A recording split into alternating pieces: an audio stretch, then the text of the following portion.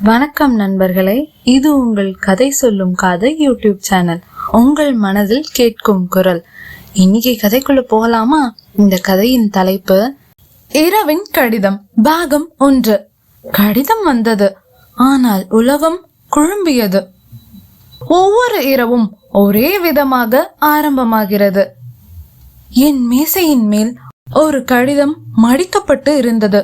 சற்று பழைய கருப்பு நிற மையில் எழுதப்பட்ட வார்த்தைகள். இரவு. எழுதியவர் உன் ஆசிரியர். அந்த வரி எனது கடந்த காலத்தின் கதவுகளை திடீரென திறக்கின்றது.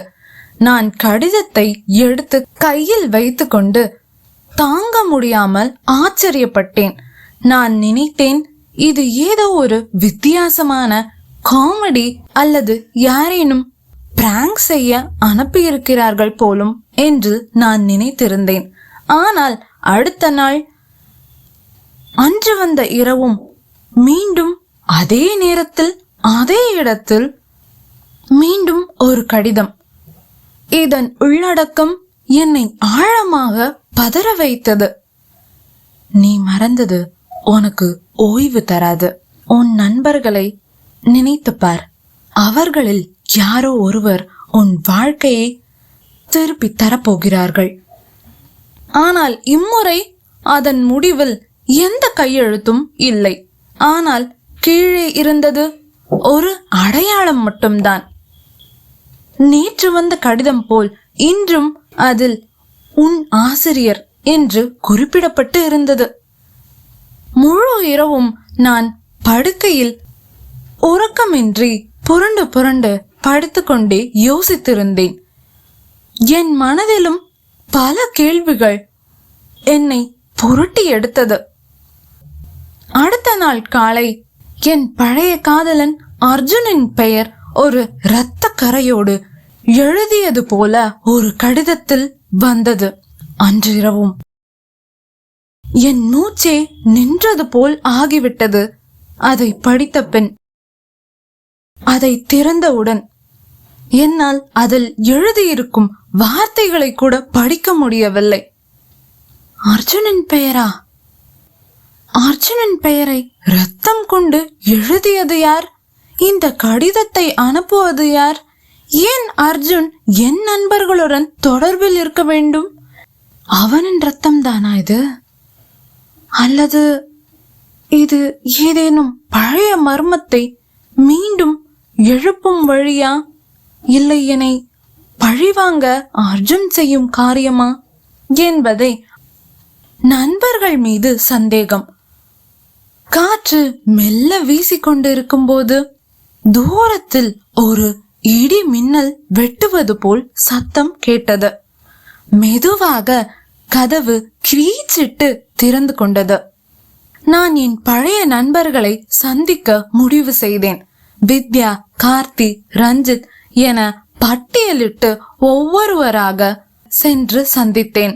அனைவரும் அன்றாட வாழ்க்கையில் சாதாரணமாய் இருந்தாலும் அந்த சந்திப்பில் ஒவ்வொருவரும் என் மனதில் சந்தேக கேள்விகளை எழுப்பும் விதத்தில்தான் பேச ஆரம்பித்தார்கள்.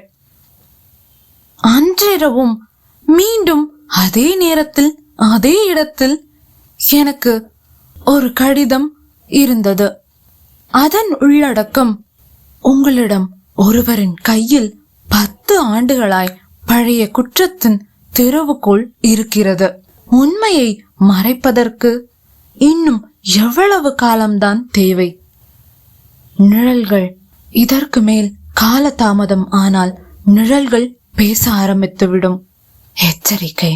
அந்த வார்த்தைகள் அனைவரையும் பதற வைப்பதுதான். என்னை இம்முறை உறையவே வைத்துவிட்டது. பயத்தில் என் கைகளும் நடுங்க ஆரம்பித்தது. என் தலையே வெடிப்பது போல் ஆகிவிட்டது. யார்தான் அனுப்புகிறார்? என் வீட்டில் என் அறையில் இருக்கும் மேஜையில் எவ்வாறு கடிதத்தை தினந்தோறும் ஒருவரால் வைத்து செல்ல முடியும்? எப்படி வருகிறது இந்த கடிதம்? இதில் சொல்வதன் அர்த்தம்தான் என்ன? நேற்று வந்த அந்த இரத்த கரையில் எழுதியிருந்த அர்ஜுனின் பெயருக்கு தான் அர்த்தம் என்ன? இப்படியே இது தொடர்ந்தால் எனக்கு ஒரு நாள் பைத்தியமே பிடித்துவிடும் போல இருந்தது. எனது பழைய கல்லூரி நினைவுகள் மூளையில் ஒரு படம் போல் ஓடத் துவங்கியது. அன்று ஒரு நாள் மாலை கல்லூரி NSS முகாம் அமைத்து இரவு வரை நாங்கள் தூய்மை பணி மேற்கொண்டு இருந்தோம். அன்றிரவு அர்ஜுன் திடீரென காணாமல் போனான் எங்கள் குழுவில் இருந்து. ஆனால் அது அன்றே முடிந்து விட்டது என்று நான் நினைத்து இருந்தேன். ஆனால் இப்பொழுது இன்றிரவு வந்திருந்த கடிதத்தில் ஒரு புகைப்படமும் இருந்தது போலும். நான் அதை கவனிக்காமல் பயத்தில் உறைந்து நின்றிருக்க அதன் உள்ளே இருந்த புகைப்படம் தரையில் விழுந்து அது என் காலில் பட்டதும் தான் நான் நிகழ் உலகிற்கு வந்தேன். அப்பொழுதும் நடுங்கும் என் கரங்களில் அதே பயத்துடன் தான் அந்த புகைப்படத்தை எடுத்து திருப்பி பார்த்தேன். அதில் இருந்தது அர்ஜுன் தான்.